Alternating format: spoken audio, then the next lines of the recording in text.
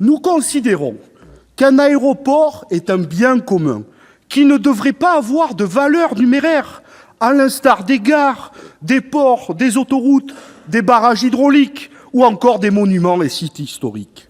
Aussi élevé soit-il, le montant auquel la société aéroportuaire qui le gère est vendue à des actionnaires privés ne pourra, selon nous, jamais compenser les coûts sociétaux et philosophiques du désengagement de l'État.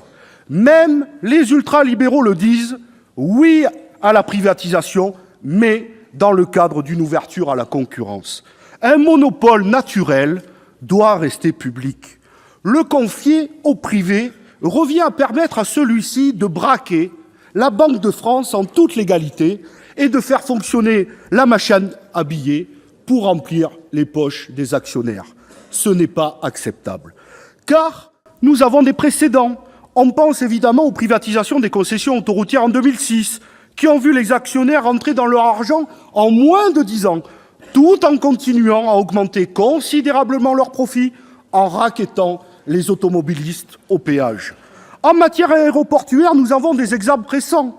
En 2014, alors ministre de l'économie, Emmanuel Macron a bradé pour 308 millions d'euros les 49,9% des parts de l'État dans la société de gestion de l'aéroport de Toulouse-Blagnac à une entreprise chinoise sans expérience dans la gestion des aéroports, domiciliée dans les îles Vierges britanniques et ayant une filiale dans les îles Caïmans, majoritairement contrôlée par l'État chinois.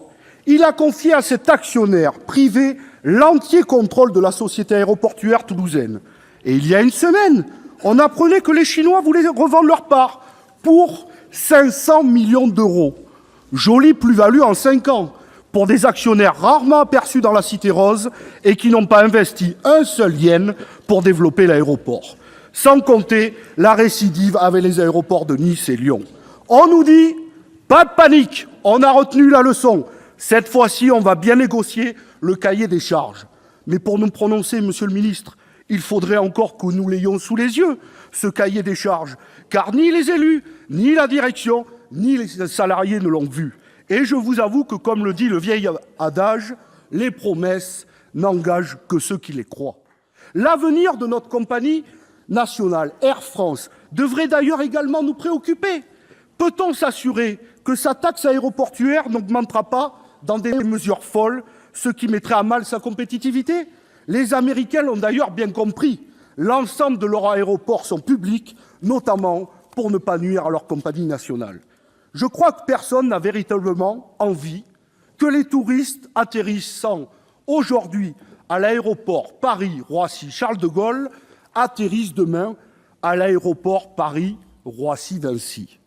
Car plus qu'une infrastructure et un monopole naturel, ça serait un peu de notre histoire de France que nous braderions. Mes chers collègues, vous l'avez compris, nous nous opposerons à la privatisation d'ADP. J'espère que nous serons nombreuses et nombreux dans ce combat. Je vous remercie. Merci, cher collègue.